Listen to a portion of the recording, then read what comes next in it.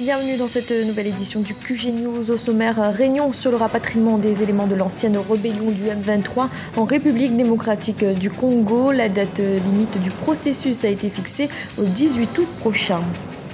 Un ramadan particulièrement difficile en Libye. Des familles déplacées ont trouvé refuge dans l'école de Benghazi où ils s'organisent pour passer ce mois de jeûne musulman. Et le tourisme est en perte de vitesse au Maroc. Le recul du nombre de visiteurs étrangers a atteint jusqu'à 14% dans certaines villes du royaume. Mais tout d'abord, des violences communautaires ont fait 22 morts et des dizaines de blessés dans le sud de l'Algérie, dans la région de Gardaïa. Les affrontements opposent Arabes et Berbères depuis le début du mois de juillet. Mercredi après-midi, le président Abdelaziz Bouteflika a convoqué une réunion d'urgence et des renforts de la gendarmerie nationale ont été déployés. En République démocratique du Congo, une réunion sur le processus de rapatriement des éléments de l'ancienne rébellion du M23 a eu lieu mardi à Kinshasa dans le cadre de la conférence internationale de la région des Grands Lacs. Il a été décidé du rapatriement de tous les ex-combattants au plus tard le 18 août prochain. Un reportage de notre correspondant Jacques Amboka. Les ambassadeurs de la communauté internationale de région des Grands Lacs, les représentants du gouvernement congolais et l'envoyé spécial du secrétaire général de l'ONU se sont réunis ce mardi 7 juillet à Kinshasa. Objectif de la rencontre, accélérer le processus du rapatriement des éléments de l'ex-mouvement rebelle M23, réfugiés au Rwanda et en Ouganda. Cependant, le processus fait face à l'absence des représentants de M23 à la table des négociations. On va continuer de faire des efforts comme secrétariat pour que les gens de M23 se sentent responsables et viennent ce soir dans la réunion pour discuter des choses qui concernent eux comme ex-combattants et pour la paix de la RDC. Ils sont environ 2000 combattants de l'ex-mouvement rebelle et réfugiés au Rwanda et en Ouganda. La déclaration de Nairobi sur la question avait décidé de leur rapatriement en RDC. Lors de la dernière rencontre de la CIRGL tenue à Luanda en Angola le 18 mai dernier, la date limite de leur rapatriement avait été fixée au plus tard au 18 août. Nous avons donc démontré que la République démocratique du Congo a accompli ce qui lui incombait comme tâche. Ce qui reste, ce sont des tâches communes qui nécessitaient qu'il y ait une coopération des anciens rebelles au sens des ex-M23. Depuis la fin de la guerre, seuls 182 combattants ont été rapatriés. Pour le gouvernement de la République démocratique du Congo, toutes les conditions sont réunies pour la réintégration dans la société de ces combattants, d'autant plus qu'une amnistie leur a déjà été accordée. Par conséquent, selon les autorités de Kinshasa, ceux qui n'accepteront pas de regagner le pays d'ici le 18 août prochain seront tout simplement considérés comme étrangers sous le sol congolais. Dans l'actualité également, 2 attaques attribuées au groupe terroriste Boko Haram ont visé l'extrême nord du Cameroun. La première a été repoussée par les forces de défense dans la nuit du 6 au 7 juillet. Quant à la seconde survenue mardi, le bilan est de 3 morts appartenant à un comité de vigilance d'un des villages attaqués. Et sachez que Boko Haram a revendiqué le double attentat suicide du 15 juin dernier à N'Djamena au Tchad. Les attentats avaient fait au moins 27 morts et ciblé un commissariat ainsi qu'une école de police.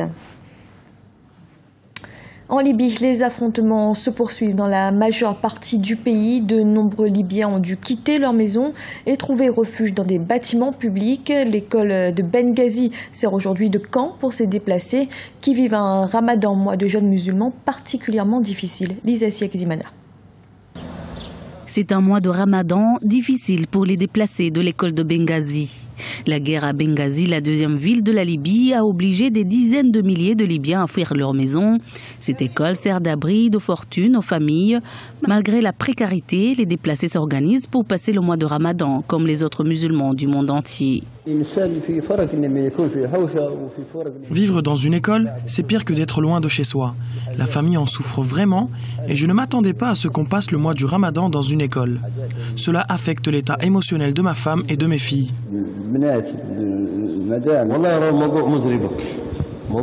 La situation est tragique et difficile. Nous vivons dans une école et c'est un stress émotionnel pour nous et les enfants. Nous sommes tous fatigués et les enfants veulent retourner à l'école et apprendre à lire. Mais il n'y a pas d'école et il n'y a rien à lire. Les autorités doivent vraiment trouver une solution à ce problème.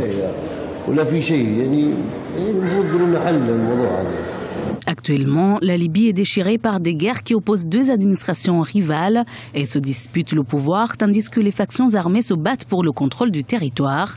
Une situation qui met en souffrance les déplacés qui espèrent un jour rentrer chez eux. Avec le ramadan, l'état émotionnel des personnes déplacées a empiré. Ils souffrent d'être loin de chez eux. Ils supportent difficilement leurs conditions de vie dans une école au cours du mois de ramadan. Ils se sentent comme des parias, comme s'ils venaient d'un autre monde, comme des étrangers venant d'un autre pays. Leur état émotionnel en souffre.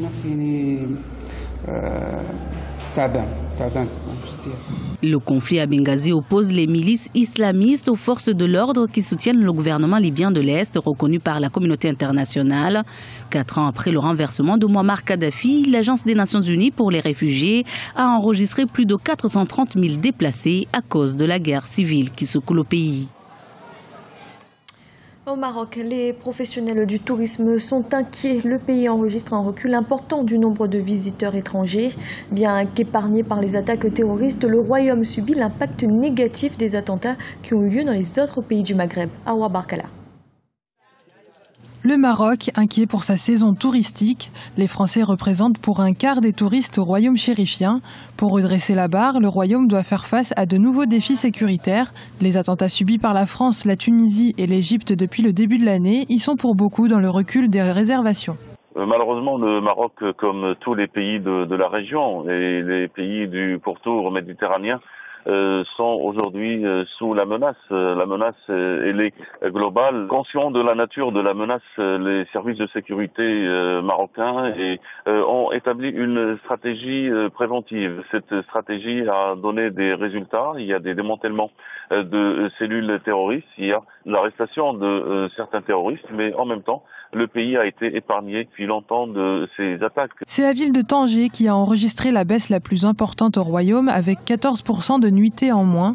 Pour sa part, Casablanca a bouclé les 5 premiers mois sur une baisse de 8% et Fès a réalisé une baisse de 2%. Pour relancer le tourisme au Maroc, la marge de manœuvre n'est pas si grande que ça, mais quand même, il y a des options sur lesquelles le Maroc peut miser, c'est-à-dire diversifier sa clientèle. Il faudrait que le Maroc essaye de capter des touristes venant d'autres pays, notamment l'Allemagne, l'Angleterre, et pourquoi pas même la clientèle africaine. Il faudrait également miser sur, par exemple, le tourisme d'affaires. La situation géopolitique des pays du Maghreb explique ce recul du nombre de touristes et de réservations dans les hôtels. Mais les pays européens accusent également le coup. La France, par exemple, a enregistré un recul de fréquentation de 7%. C'était le journal de la rédaction. Merci de l'avoir suivi. Retrouvez dans un instant une nouvelle édition de l'information.